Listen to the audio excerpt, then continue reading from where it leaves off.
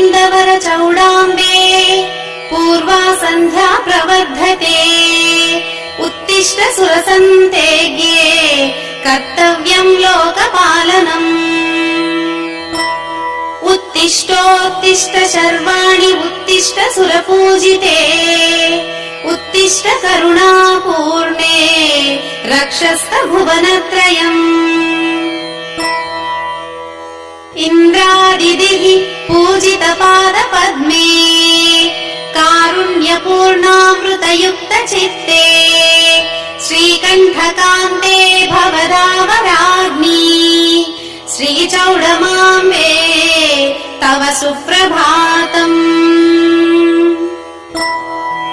रालेयशैलतनये श्रितकल्पवल्ली घोरात्रशस्त्रदलितासुरसङ्घधर्वे दंश्राकरा